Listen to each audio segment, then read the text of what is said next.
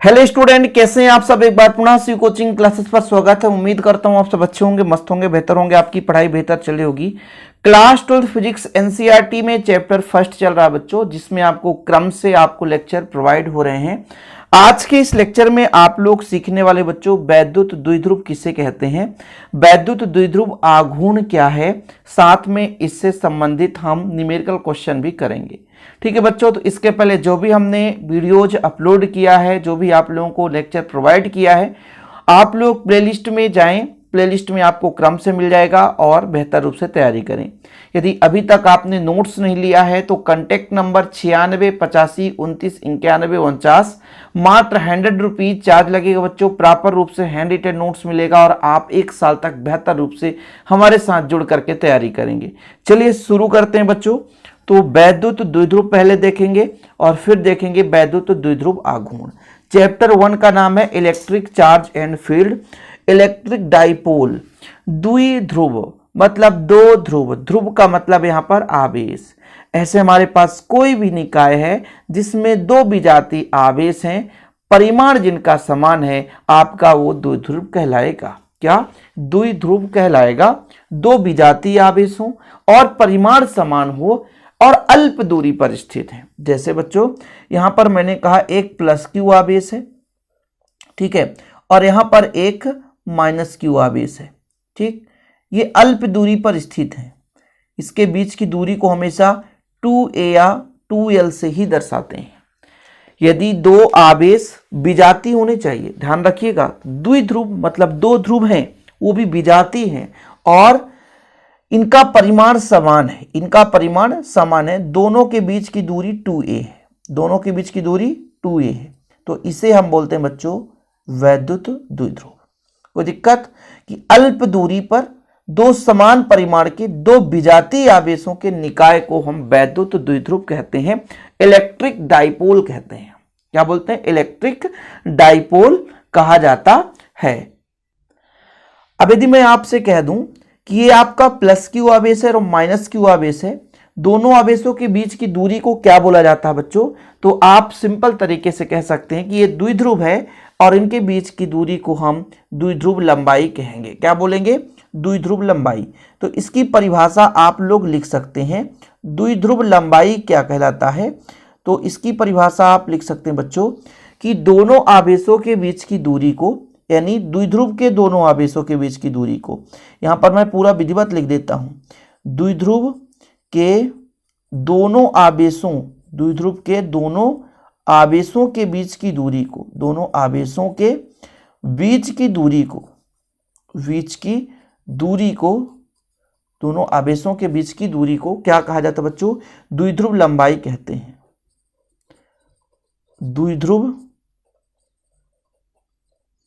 लंबाई कहते हैं। दोनों आवेशों के बीच की दूरी को द्विध्रुव लंबाई कहते हैं। ठीक है, इसके द्विध्रुव लंबाई को हम 2a से दर्शाते हैं। यानी द्विध्रुव लंबाई कितना मानकर चलते हैं? हमेशा 2a मानकर चलते हैं। हम a भी मान सकते थे, r भी मान सकते थे, लेकिन 2a मानकर चलने से आगे कैलकुलेशन करना आसान हो जाता है। जैसे आप अच्छी स्थिति पढ़ेंगे, निरक्षी स्थिति पढ़ेंगे, तो वहां पर कैलकुलेशन करना बहुत आसान हो जाता है बच्चों। इसलिए हम यहां पर 2a ही मानकर चलते हैं कि द्विध्रुव की लंबाई कितनी होती है? 2a के बराबर होता है, या 2l आप ले लो, 2a या 2l ले सकते हैं। अच्छा, ये जो हमारा प्लस क्यू और माइनस क्यू है, इसको जो दोनों को मिलाने वाली रेखा है उसको हम क्या बोलेंगे? द्विध्रुव अक्ष बोलते हैं। क्या बोलते हैं? द्विध्रुव अक्ष। तो ये भी लिखना जरूरी है, द्विध्रुव अक्ष किसे कहा जाता है। तो आप सिंपल तरीके से कह सकते हैं कि आवेशों, यानी दोनों आवेशों को मिलाने वाली रेखा, क्या बच्चों? दोनों आवेशों को मिलाने वाली रेखा, दोनों आवेशों को मिलाने वाली रेखा, दोनों आवेशों को मिलाने वाली रेखा क्या कहलाती है बच्चों? द्विध्रुव अक्ष कहलाएगी। द्विध्रुव अक्ष कहलाती है। ठीक है, द्विध्रुव अक्ष कहलाती है। दोनों आवेशों को, ये हमारा प्लस क्यू है, ये माइनस क्यू है, दोनों आवेशों को मिलाने वाली रेखा को हम द्विध्रुव अक्ष कहते हैं। अब यहां पर नोट कर लीजिएगा आप लोग कि द्विध्रुव लंबाई को 2a मानकर चलते हैं। ठीक है, ये माना है हमने, कहीं एक्स्ट्रा नहीं भाई, इसको हमने माना है, इसलिए हम यहाँ पर 2a ही मानकर चलेंगे। क्यों? क्योंकि हमने बता दिया ना कि द्विध्रुव की लंबाई 2a मानने से कैलकुलेशन करना आसान हो जाता है बच्चों। क्या करना? कैलकुलेशन करना आसान हो जाता है। विजातीय आवेश, दो विजातीय आवेश को ही हम वैद्युत द्विध्रुव बोलेंगे, परिमाण में समान है और अल्प दूरी पर स्थित है।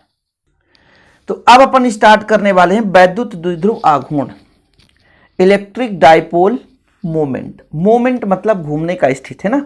चलिए, वैद्युत द्विध्रुव आपने समझा कि दो हमारे पास विजातीय ध्रुव हैं, यानी आवेश हैं, अल्प दूरी पर स्थित हैं, परिमाण में समान है, तो आपके वैद्युत द्विध्रुव कहलाते हैं। आघूर्ण का फार्मूला जिसे हम P से दर्शाते हैं बच्चों, कि यदि हमारे पास दो, यहां पर देख सकते हो एक डायग्राम बनाता हूं, जैसे मैं मान के चलता हूं यहाँ पे प्लस क्यू है और यहाँ पे माइनस क्यू है, ठीक है। इनके बीच की दूरी हम मानकर चला बच्चों 2a है। तो यहां से हम परिभाषित कर सकते हैं कि वैद्युत द्विध्रुव के किसी एक आवेश और दोनों आवेशों के बीच का जो दूरी का गुणनफल है वो आपका वैद्युत द्विध्रुव आघूर्ण कहलाता है। यानी वैद्युत क्षेत्र, हमारे वैद्युत क्षेत्र में या हमारे पास मान लीजिए दो आवेश हैं, तो वैद्युत द्विध्रुव के किसी एक आवेश को लेकर चलेंगे और दोनों आवेशों के बीच की दूरी का गुणनफल जो है वैद्युत द्विध्रुव आघूर्ण कहलाता है। जैसे हम मान के चलते हैं कि हमारे पास मान के चलते हैं कि माना प्लस क्यू व माइनस क्यू आवेश से निर्मित द्विध्रुव हमारे पास क्या है? वैद्युत द्विध्रुव है, निर्मित वैद्युत द्विध्रुव है, जिनके बीच की दूरी कितना बच्चों? हमने 2a मानकर चला, जिनके बीच की दूरी 2a है। तब क्या? तब वैद्युत द्विध्रुव आघूर्ण, मतलब तब वैद्युत द्विध्रुव आघूर्ण ये किसके बराबर होता है जानते हो? P बराबर कोई एक आवेश लेकर चलोगे और दोनों के बीच की दूरी मतलब P बराबर आपका आ जाएगा 2QA, ठीक है। यही आपका वैद्युत द्विध्रुव आघूर्ण है, 2QA, ठीक। ये आप याद कर लीजिए, बहुत ही महत्वपूर्ण है। वैद्युत द्विध्रुव आघूर्ण, यदि इसको आप सदिश रूप में लिखोगे, सदिश रूप में, तो वेक्टर P बराबर आपका ये 2QA है और यहां पर आप लिख दोगे P एक कैप, मतलब एकांक सदिश है, ठीक है। P के अनुदिश आपका एक एकांक सदिश है। ये सदिश फॉर्म में हो जाता है, इसलिए तो कहा जाता है कि जो हमारा वैद्युत द्विध्रुव आघूर्ण है एक सदिश राशि है। तो यहां पर आप नोट कर सकते हैं क्या? वैद्युत द्विध्रुव आघूर्ण सदिश राशि। कैसी राशि बच्चों? सदिश राशि है। नोट करते चलो आप लोग, जितना मैं पढ़ाता हूं उतना आप नोट करते चलो कि वैद्युत द्विध्रुव आघूर्ण किसे कहेंगे बच्चों? हमारे पास दो आवेश अल्प दूरी पर स्थित हैं, तो उसका एक आवेश लेकर चलेंगे और दोनों आवेशों के बीच की दूरी का जो गुणनफल है, वो आपका वैद्युत द्विध्रुव आघूर्ण कहलाता है, ठीक है। कोई दिक्कत तो नहीं है। इंग्लिश इसका लिखना चाहो तो लिख सकते हो, इसका इंग्लिश है इलेक्ट्रिक डाइपोल मोमेंट। क्या बच्चों? Electric dipole moment. यहां पर मैं लिख देता हूं electric dipole moment, electric dipole moment, ठीक है। कोई दिक्कत तो नहीं होगा। इलेक्ट्रिक डाइपोल मोमेंट, वैद्युत द्विध्रुव आघूर्ण। इससे आप मात्रक निकालो। मैं आपसे कह दूं कि इसका मात्रक बताओ, SI मात्रक। तो मात्रक निकालने के लिए कैसे निकालेंगे देखिएगा ना। मात्रक यानी P बराबर हमारे पास कितना है? 2QA है। तो यदि मैं आपसे कह दूं कि इसका मात्रक कितना हो जाएगा, तो आप बता सकते हो भाई कि ये आपका Q का मात्रक क्या होता है? कूलाम होता है। और दूरी का मात्रक क्या होता है बच्चों? मीटर। तो एक कूलाम मीटर हो गया, मात्रक हो गया, आसानी से निकाल लिए, मात्रक हो गया, ठीक है। ये आपका SI मात्रक हो गया। क्या हो गया? SI मात्रक। क्या भैया? Coulomb metre. ये आप लोग लिख लो, कूलाम मीटर, SI मात्रक। किसका? वैद्युत द्विध्रुव आघूर्ण का SI मात्रक कूलाम मीटर बच्चों। इसके बाद विमीय सूत्र की बात की जाए, विमीय सूत्र, ठीक है। किसका विमीय सूत्र निकालेंगे हम? P का विमीय सूत्र। देखो P का विमीय सूत्र निकालना चाहते हैं तो 2 तो हमारा विमीय ही नहीं है, मतलब उसका कोई मतलब है नहीं। Q का विमीय सूत्र और यहां पर बच्चों गुणा में आपका A है, A का विमीय सूत्र। अच्छा, यहां पर आप लोग Q मतलब आवेश, आवेश का होता है धारा गुणे समय, यानी LT हो जाएगा।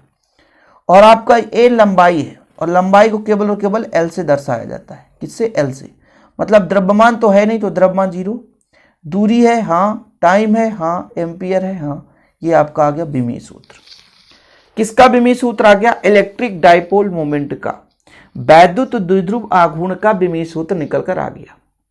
ठीक है बच्चों, चीजें क्लियर है? ऐसे ही यार थोड़ी थोड़ी करके आप बेसिक तैयार करते चलते हो तो आपका कंप्लीट हो जाता है। और इसके पहले जो भी लेक्चर हमने कराया है प्लेलिस्ट में जरूर विजिट कर लें आप लोग। नोट्स अभी तक नहीं लिए तो ले सकते हैं। कॉन्टैक्ट नंबर मात्र 100 रुपीज चार्ज है।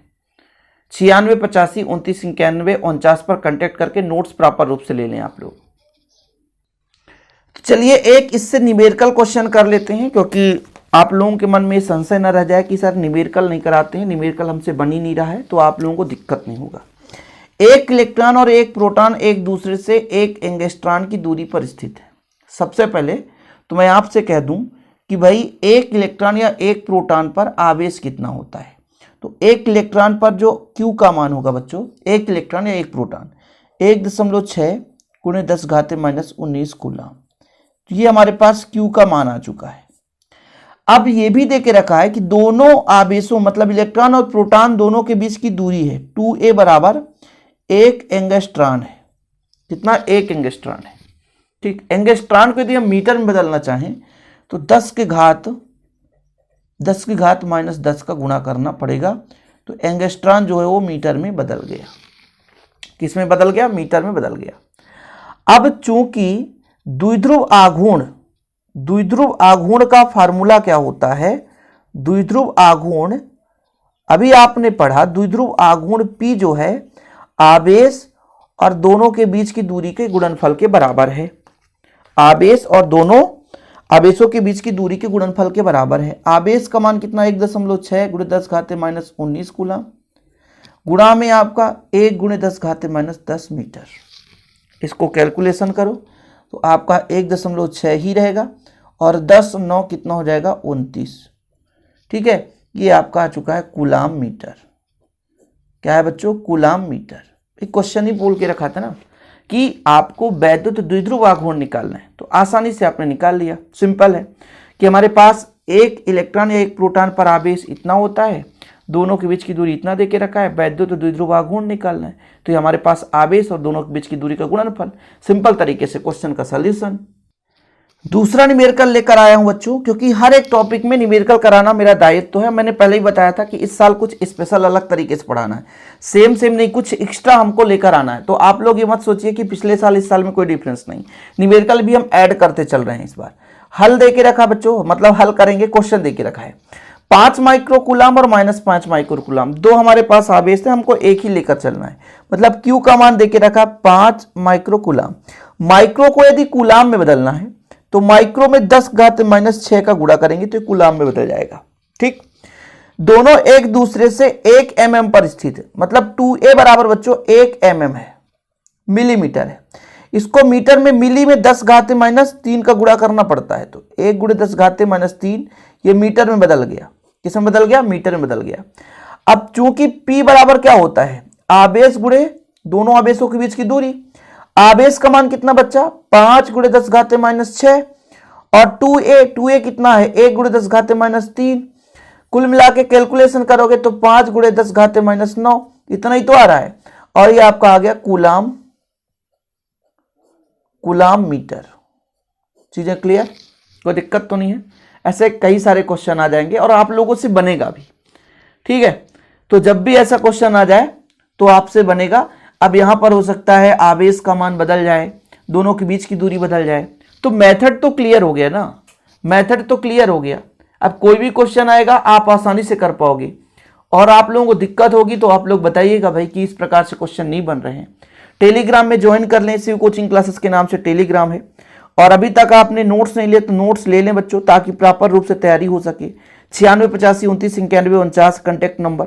आप लोग बेहतर रूप से तैयारी करें और निरंतर आप लोग वीडियो देखें, निरंतर पढ़ाई करें। ऐसा नहीं है कि आप एक दिन पढ़ें एक दिन ना पढ़ें, ये आपका बहुत बड़ा भूल हो जाता है। फिलहाल आज के लिए इतना ही और मिलते हैं अगले वीडियो के साथ बच्चों। जय हिंद, वंदे मातरम।